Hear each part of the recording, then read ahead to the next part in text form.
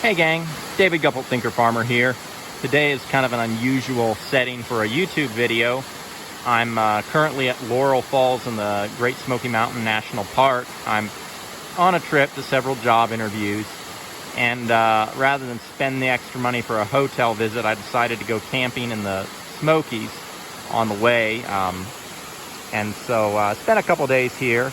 And really thought this is a beautiful scenery and something beautiful to share to the channel. If you haven't been to the Smoky Mountains, it's really is quite a view. I'm very grateful today I took my poncho. It rained on the way here. Anyway, I wasn't just going to make this a video about the Smoky Mountains though, because that's not practical as it relates to farming. One of the things I thought of on my way to the falls, and also yesterday while I've been touring and driving through the Smoky Mountain National Park, is how much overgrown trees and generally just brush there is in the park.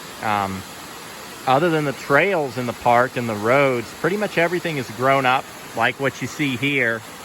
I'll turn the camera over this way. We're kind of looking uphill into it. Just a lot of brush, a lot of trees at densities that are really too high.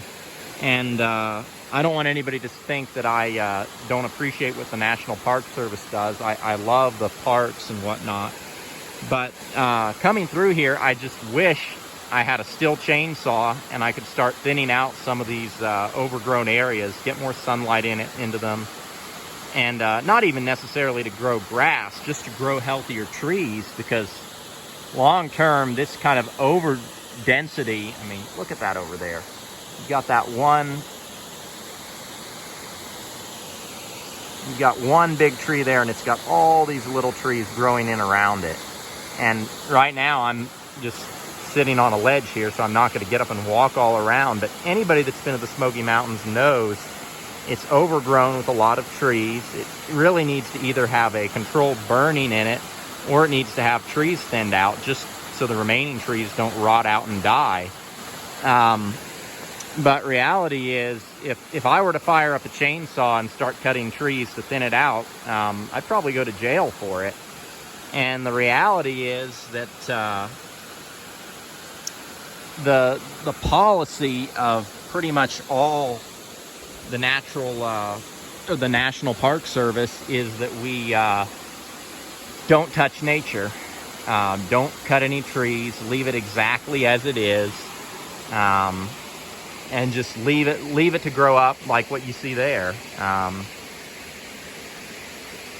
And so the reality is, I've seen the same thing in other national parks that I've been to, and essentially it's what Joel Salatin calls it is environmentalism by abandonment. But rather than interact with the ecology, we see how beautiful it is, we're afraid we'll ruin it, and so we don't do anything. In short term, that's an easy decision. It doesn't cost anything to do nothing. But long term, there's an opportunity cost, and one day, I mean, all these trees, all the bigger trees are just going to rot off and die. Anything that's good and pretty in the park is going to be gone. And so it's kind of sad to me. Anyway, so bringing that home for farming, you know, it's really important whenever you're making a decision, gang. Don't make the convenient decision.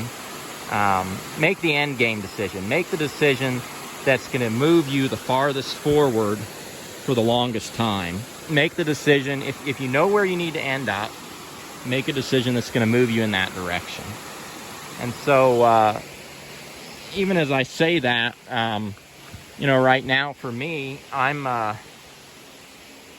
looking at different job opportunities, and I've realized that for me, the best decision is to go ahead and take my time and just find the right job fit. And it's irritating for me because I want to go ahead and hustle to the next job opportunity, but I don't need the money. I live frugally, and I can wait. And in the meantime, I can find contract work, short-term job opportunities to make money. So I'm working and developing skills. So there's no need for me to become impatient about the whole situation. And with all that being said, you know, today is July 3rd, tomorrow will be July 4th.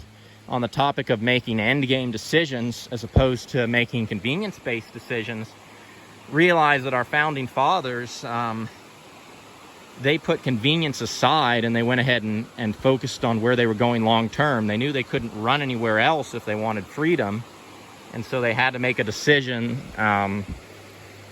They basically said, we can't run anywhere else. We can't run from our problems. We have to confront them.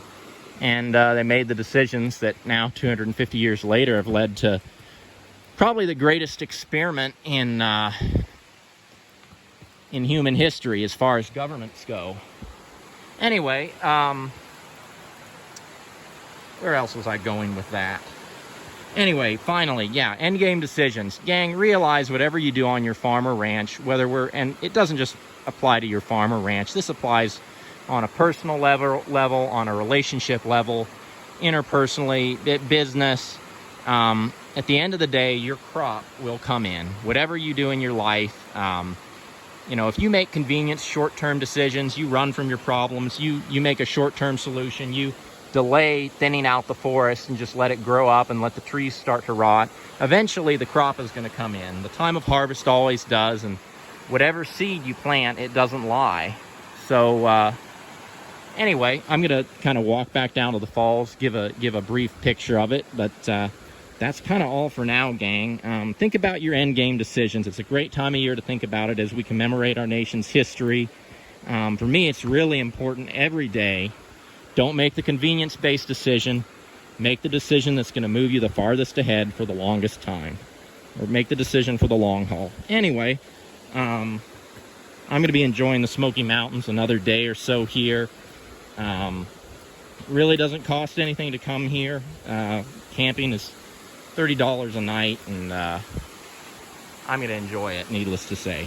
So let me get down a little ways. It's kind of slippery. It rained on the way in here this morning. I'm glad I had the forethought to bring my rain poncho. I want to give you all a glimpse of this falls. Most of y'all probably seen pictures or been here at one time or another. Well, with that, gang, blessings for the journey, and keep it real.